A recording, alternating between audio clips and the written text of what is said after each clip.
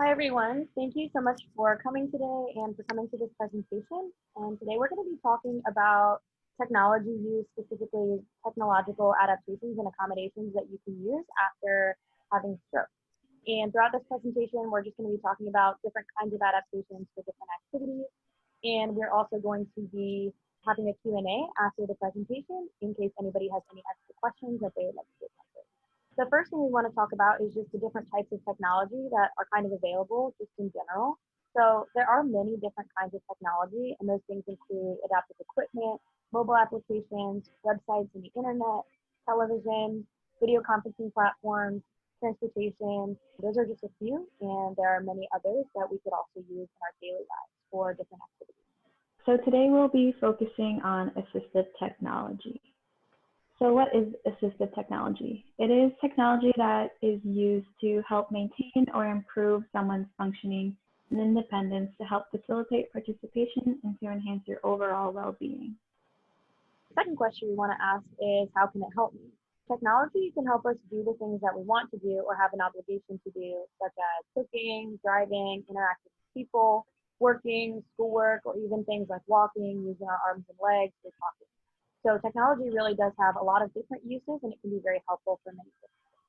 Occupational therapists can work with you to recommend, provide, and modify assistive technology to help you become more independent. So if you're working with an occupational therapist to use assistive technology, your occupational therapist may look at your skills, the activity that you want to do, and where you're going to be doing that activity in order to decide what technology may be the most beneficial. They could also modify the technology that you're using to help you use that technology better. We can also educate you or your family and caregivers on how to use specific technology. And OTs can also advocate for an individual to be provided with assistive technology. So there are several accessibility options that are included in your phone that can be used to make using your device a lot easier. And there are many different features that are included in your phone that you can use, but for today we'll just go over a few. So there are adaptations for vision if you're experiencing challenges with vision. So the first being a zoom magnifier on your phone, which makes it easier to see images and words and makes them larger on the screen. And you can move that magnifier around to decide what needs to be larger and what you want to look at. Additionally, there's a text size option where you can make or increase the size of your text to make it easier to see and read. And there's a slide bar there where you can decide how large you would want it. And lastly, for visual adaptations, there's audio descriptions, which can be used if you're having challenges reading or seeing the screen, where when you click on the text, it will read it aloud to you and also give descriptions of the pictures or anything that's on your phone. In addition to these visual adaptations, there's also adaptations for physical and motor control. The first being a one-handed keyboard. So when using this feature, it will move the keyboard to one side of the screen, which makes it easier if you're only using one hand to type on your phone, and it will reduce how far you have to stretch your hand. So typically with our cell phones, the keyboard is made so that you use both hands to text. But if you're having challenges with that, or if you're primarily using one hand, using this one-handed keyboard will make it easier to reach those keys. Second, there is a voice-to-text option. So this is already on many of your devices. You just may not know where to use it or how to click on it. First, there's the dictation, which allows you to talk whatever you would type. So you tap the microphone button in your keyboard and say what you want to write.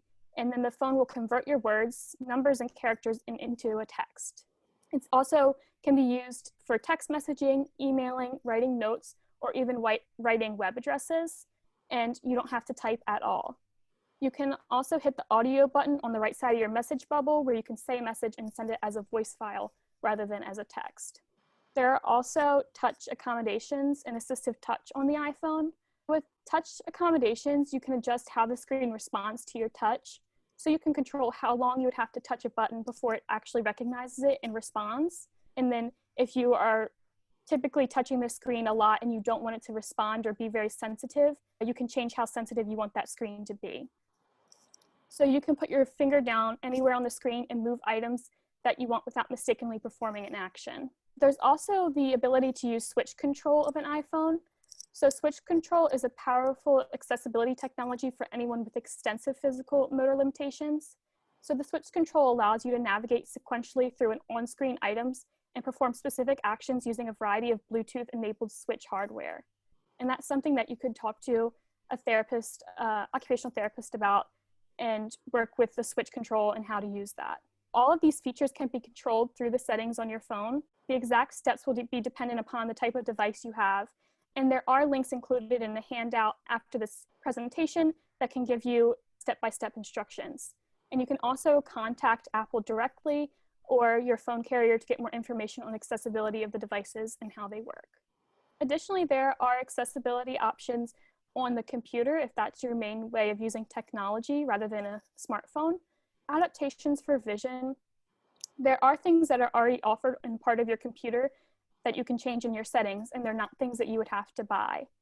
So first being the narrator. Windows systems reads typed characters, and Windows has long offered a screen reader and text-to-speech feature called Narrator.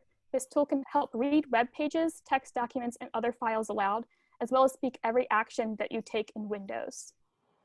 There's also an option for a screen magnifier. So for this, you can buy physical magnifiers that will clip to the front of your computer screen. And it's also available through Windows and Mac operating systems where it's already part of your computer and the screen will just be magnified. And then lastly, there are adaptive mouses. The large animated high contrast cursors are available and can also provide auditory feedback when moved. So some adaptations for physical and motor control. So there are many different options for adaptive keyboards, and these are things that you would have to purchase as they are physical assistive devices. Just a few being, one is the one-handed keyboard. So this keyboard is made specifically to use one hand and all the keys are close together. So it's easier if you are only using one side to type. There's also a large keyboard with higher contrast, which we can see in the picture below. So the keys and the letters are larger, so it's easier to see, and then the contrast helps you see those a little bit better as well. And then there's also many different options for the adapted mouses. Here you can see the Kensington Expert Mouse Trackball. And this is a large gliding ball with 4 easy-to-click buttons that allow the users with minimal hand function to perform various functions. And then there's also the voice-to-text option. So this is already included in your computer, and you can use speech-to-text on your Microsoft Word through using the dictate feature. So with the Microsoft Word's dictate feature, you can write using a microphone and your own voice. So when you use the dictate, you can say new line to create new paragraphs. You can also add punctuation by simply saying the punctuation aloud. Similar to the voice-to-text option that was just discussed, if you use Google Documents, there's also a speech-to-text option. However, this only works if you are using Google Chrome as your browser. It will not work with Safari, Firefox, or other browsers. So if you are using Google Chrome, you would open up Google and click on the grid, which will open up all the available applications. And you want to find the Google Docs icon, which is pictured on the side. So when you open up the document, you would go to the Tools menu and select Voice Typing. If a window pops up asking you to allow Google to use your microphone, select Allow. Then a microphone will show up on the side. And to begin using this tool, you click the Click to Speak button and start talking. To stop the recording, you just click the microphone again. You can add punctuation by saying period or exclamation point when you're talking. So some adaptations for leisure activities. We also have this split up into adaptations for vision and adaptations for physical or motor control difficulties. For the adaptations for vision, using things such as tape recorders or audiobooks can be helpful for understanding or listening to books or different kinds of things that you would typically need to use vision for. So for audiobooks, things like going to public libraries or using apps such as Audible can be helpful so that instead of having to pick up a book and read it, you can listen to it instead. Audible does have a fee to use, but many public libraries have free access to audiobooks as long as you have an account with the library. Another option that we have for vision would be text magnifiers. So if you're on your phone or you're on your computer, you would use some of those adaptations that Mackenzie was talking about. But if you are using an actual book or like a hardcover book, you can use actual magnifying glasses and things that are created to magnify the text and make it a little bit bigger or easier. And then lastly, things such as text-to-speech devices, which will help you to be able to hear whatever it is that you're trying to read instead of having to read it for yourself. The second adaptations that we have are for physical or motor control. And these three options are just three of a lot of different things that are available for leisure.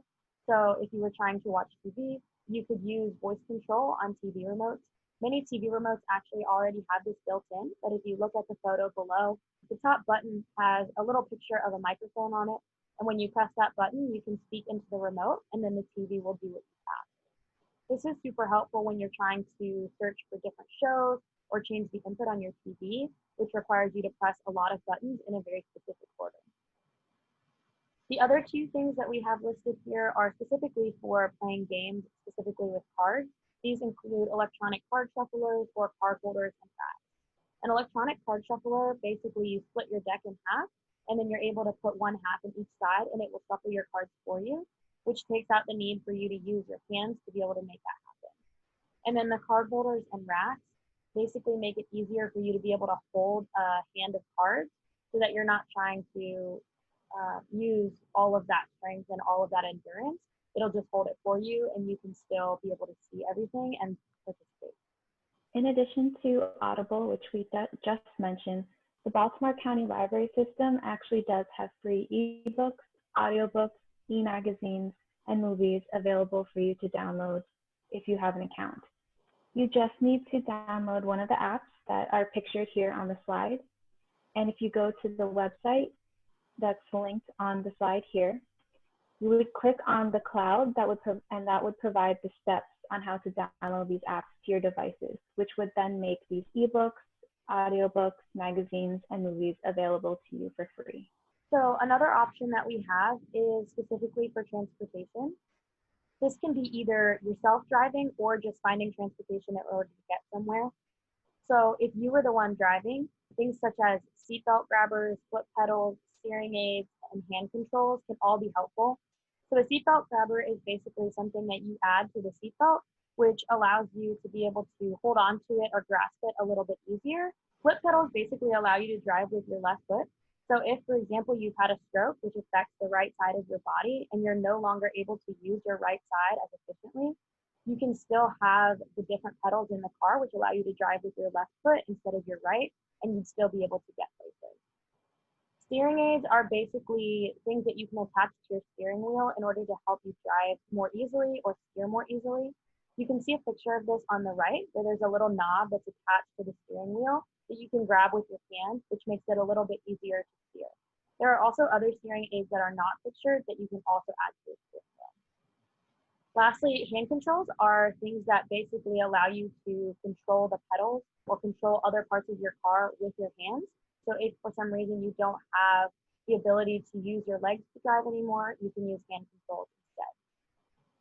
Also for transportation, if you feel that you'd be unable to drive or it would be deemed unsafe for you to drive, you can use things such as transportation apps or car services. There are many different apps that are available today, such as Lyft or Uber, and these things allow you still to get places and to do the things that you want to do and do things such as going to the grocery store, going out with friends, or going to the library. Some of these apps do come with a fee, or in order to use the car services, you do have to make a payment. So while you're looking into those things, make sure to keep that in mind. Car services such as taxis or public buses and shuttles are also really, really helpful in order to help you be able to get the places that you want to get to. Specifically within Baltimore City and in some places in Baltimore County, there are available shuttles and different programs available such as County Ride and the MTA, which can allow you to get around your community and still participate fully in the things that you want to do. Specifically to the accommodations made to cars, one thing to keep in mind is that these accommodations must be approved by the MVA, and sometimes they require a person to take the driver's test again with those accommodations to ensure that they can be safe on the road. If you do think that you would benefit from one of these adaptations, it's important that you contact an occupational therapist to have a driver assessment done, because you're not able to just get these adaptations for your car without having approval and an assessment or evaluation performed before. Like Elise mentioned, If after a stroke you're experiencing difficulty driving or it's been deemed unsafe for you to drive, there are a lot of options for you to continue to navigate your community. There are many different apps that can be used for transportation, like we said, Lyft and Uber. So today we'll be talking specifically about Uber, which is very similar to the other apps. We're going to go through the steps of how to use the Uber app. So the first thing you're going to do is just download the app from the App Store, and that will look different depending upon which kind of phone you have. Step 2, you will open the app and you just have to enter your destination in the Where To box, and you'll just type where you want to go. And then step 3, the rider will choose the driver that they would like, so you can choose how large of a car you would need, and it will tell you the cost associated with that. And then step 4, you will be notified when the driver is on the way and when the driver arrives. And the rider and driver will then verify each other's names, and then the ride will start. So then the driver will just take you to the destination that you had selected when you put it into the Where To box. So there are many different adaptations through Uber. So the first one being Uber Assist, which is door-to-door assistance for those who require additional assistance. So this includes accommodations for individuals with a foldable wheelchair, walkers, or foldable scooters. For drivers that are offering these Uber Assist, they are trained to assist with transfers from a wheelchair to car or to help individuals with other mobility challenges. So when you want to use this adaptation, you would open the Uber app and you would slide the button to access option at the bottom of the screen, and you'll just hit assist button and then set your location and request. And then your Uber driver should be able to help you with any mobility challenges that you're experiencing. So the other option is Uber WAV, and this is rides for individuals using non-folding motorized wheelchairs. So for this, these cars will have ramps and lifts. So to use this option, you would open the Uber app and enter your pickup location and destination location and slide through the vehicle options until you reach more, and then select the WAV and confirm. And then that Uber that comes to pick you up should have the accommodations to help you with the ramp and the lifts. So these are some assistive technology devices to help with some general everyday activities. So the first thing that we have here is something called the LiveScribe Echo Smart Pen. And this pen records what you write and hear. So you can transfer your notes and audio to your computer. However, the Smart Pen requires you to buy the specific notebook and paper for it to work. However, you can print the paper from your own computer. This can really help you with writing down your daily tasks, appointments, or other important notes. This Smart Pen is a little bit on the pricey side. It is $142 on Amazon. However, you can find the paper available for free online. A lower cost option to the Echo Smart Pen is something called the Notability app, which has similar functions to the Smart Pen, and it is currently $8.99 on the App Store. Most people use this app with their iPads to take down notes, but it can also be used on a smartphone. And like the Smart Pen, you can also record anything that you would like to take down using this app. The other thing that we have here is the Amazon Echo Dot, which can be connected to things like lights, fans, etc. throughout the home. You can also talk to it to get your questions answered, and you can also use it to play your music. The current cost of an Amazon Echo Dot is $30. It can really just help with making it easier to operate systems around the house. It can answer your questions just by speaking to it, and then again, it can help play music. From low-tech assistive technology, there are tons out there, but we are just going to present 3 to you. One of them is the one-hand button aid, and the one pictured here is $9, but most of the button aids are well under $10. And these are helpful for putting on or taking off button shirts if you are having difficulty with using your hands to manipulate smaller objects. You also see the mechanical jar opener, and this one pictured here is $37. And this jar opener can help you obviously with opening jars if you have weakness in your hands that make it difficult for you to open jars, or if you have trouble being able to grasp onto that lid. And then lastly, we have a sock aid picture here, and this one is available for $6. And the sock aid is used to help you put on socks if you are having difficulty reaching your feet. So what you would do is you would place the sock over the plastic part that you see and insert your foot, and then using the ropes on the side, you pull up the device, which then pulls the sock onto your foot. You can contact an OT that can help you with learning how to use some of these devices, or just help you learn about what else is out there. So there are many different adaptations that can be used for eating and meal times. So today we'll go over 4 that are commonly used after stroke. So the first being a rocking knife. So this is used for those that are unable to use a fork and a knife at the same time to cut their food. So this device allows users to easily cut their food using one hand. The second being a foam padded utensil grip. As we can see on the right, it is pictured with a toothbrush. So the foam tubing provides a wider grip for greater control and a more secure grip on everyday objects. And the non-slip foam stays securely in place on the tool or utensil and does not easily slide from the hand. And the foam is easily washed by hand or in the dishwasher and can be added to any utensil for meal times. And as we can see, it also can be used for other things like a toothbrush or anything small that you're trying to hold onto.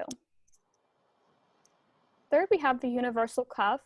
So as you can see here, this is a leather cuff that fits around the palm of the user's hand and is secured with an elastic strap.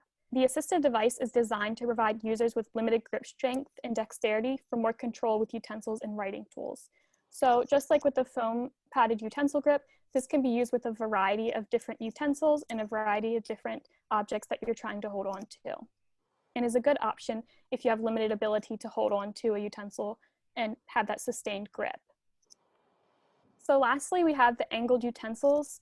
So this can be used for people with limited upper extremity range of motion, and individuals can use the angled eating utensil to compensate for the lack of range.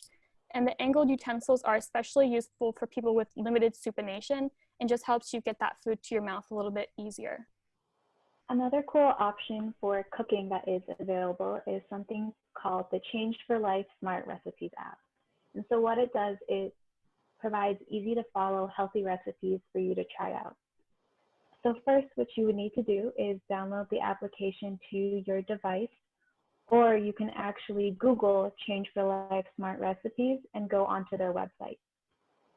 So to use the app, and it's similar process when you're using the website, you would go to the home page, which looks like this first screenshot here, and you want to select the meal that you would like to make. So for me, I selected lunch. Then you would browse through all the recipes that they have available and select which one you would want to make. I decided to make cheesy veggie wedges, as you can see in the third screenshot here. And what's really cool is that it gives you not only the ingredients and the instructions to make this recipe, but it also provides the nutritional value of the recipe. And so if you decide that you want to make this recipe, you then have the option to add it to your shopping list within the app. And what it does, it tells you all the different ingredients that you need to get. So the next time that you are ordering or picking up groceries, you can add these to your list to make sure you have them to make this recipe.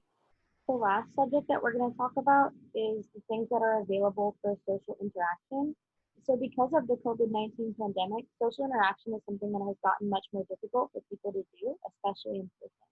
And so there are many different options that we can use, usually through the internet, that help with social interaction skills.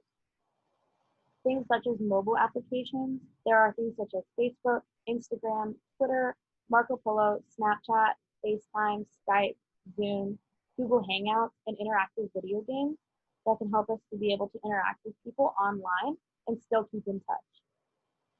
Facebook, Instagram, and Twitter are all different social media platforms that allow you both to post statuses or updates along with photos and videos, and also to be able to comment on, like, and share other people's posts. Marco Polo and Snapchat are both apps that allow you to interact with people, it's almost like texting, but it's a little bit different. Marco Polo allows you to send videos to different people and have a video chat with either one other person or a group of people. But this video chat does not have to happen in real time, and so you can film the video at any point that you want, and then whoever you're talking with can respond whenever they want. But it allows you to be able to see one another's faces and have a conversation a little bit more genuinely than if you were just texting. Snapchat also has this feature, but it also allows you to send pictures and to be able to type text over the top of whatever it is that you're sending. FaceTime, Skype, Zoom, and Google Hangouts are all different video platforms that you can use to have conversations, meetings, and such to allow you to be able to still interact with people. All four of these are done in real time, and everybody must have access to the internet and to some sort of device that either downloads the app or has access to the internet to be able to use these things. The most common, specifically for typical day-to-day interactions, would be FaceTime. This is an app that's only available on a MacBook or through Apple devices such as the iPhone. But this allows you to use a phone call, but instead of it being solely a phone call, you're actually on video chat. Skype, Zoom, and Google Hangouts are all things that definitely are still useful, but are used for more professional purposes or for larger group meetings. So Skype is something that you would have to access through the internet and download as an app. Zoom is obviously a video conferencing platform, which is probably the most advanced of all of the video conferencing platforms that are available at the moment. We will be talking a little bit more about Google Hangouts, and so for now, we're going to skip that one. Interactive video games basically allow you to interact with many different people, whether you know them or not, through a video game platform. Although every single video game functions a little bit differently if it has this feature, typically you're allowed to chat with people in real time, both through texting or through typing, but also through audio and through video as well. The options for the computer and laptop are actually very similar to the mobile applications because many of these internet sites have created mobile applications to make it more accessible on your phone so that you can do this on the go even when you're not at home or even if you don't have access to the direct Wi-Fi. So again, things on your computer that you can access are Facebook or Twitter, Google Hangouts, Zoom, Skype, FaceTime, but only on the MacBook, and then interactive video games. Lastly, on the computer, you're also able to participate in online support groups through the American Stroke Association. And this can be very helpful because it is really nice to be able to talk to people to understand a little bit more about the way that stroke has affected your life. And those things can be helpful in understanding and helping one another out, as well as sharing resources with one another. So like I said, we are going to talk about Google Hangouts Meet very briefly. Google Hangouts Meet is a video meeting software that allows you to hold group meetings in real time. Down below, you have a picture that basically shows what a typical meeting would look like. Usually the screen would not be black. There would be other people in the meeting and you would be able to see their video as long as they have access to a webcam through their computer or through their phone. You have the option to turn your video on or off, as well as to mute or unmute your microphone. This also has sharing screen features, which allow you to share whatever is on your laptop screen or on your computer screen so that other people can see it. It also has an interactive whiteboard that everybody can write on and draw on at the same time. It also has an option for real-life closed captioning. So closed captioning, basically, the device listens to what is said, and then you can click on the closed caption button, and it will translate those captions in real time. Obviously, this is not a perfect system, as sometimes it doesn't perfectly pick up what is said, but it is still helpful. This is especially helpful, especially if there's a need for someone to use closed captions to be able to follow along with what's going on. And then lastly, it does allow for real-time chatting. So if for some reason somebody doesn't have a microphone that works, or somebody's internet is being a little bit slow, they can still chat into the chat box and interact with everybody. So like we just mentioned, support groups are really important to have. And the American Stroke Association has a support group finder on their website. And again, a handout with all the links on this PowerPoint will be provided after the presentation. So what you would do is you would click on that link that we have up there, and you would enter your zip code, and a list of support groups that are near you will come up, and you can go through them and select which one you think would be the most beneficial for you. In addition, The Towson University Institute of Wellbeing is also currently offering virtual support groups. There is a support group for stroke survivors and one for caregivers of stroke survivors. These support groups are free and run by occupational therapy students and faculty, and they meet once a month. The Institute of Wellbeing also has individual occupational therapy sessions run by students and faculty for individuals who have had stroke, in which we work on skills that are important to you to help improve your performance and reach your goals. Again, the link to register will be available on the handout. So this concludes our presentation, and again, we'll be providing that handout with the links from this PowerPoint. We thank you for your time and for listening to our presentation, and we will now open it up for any questions that anyone has.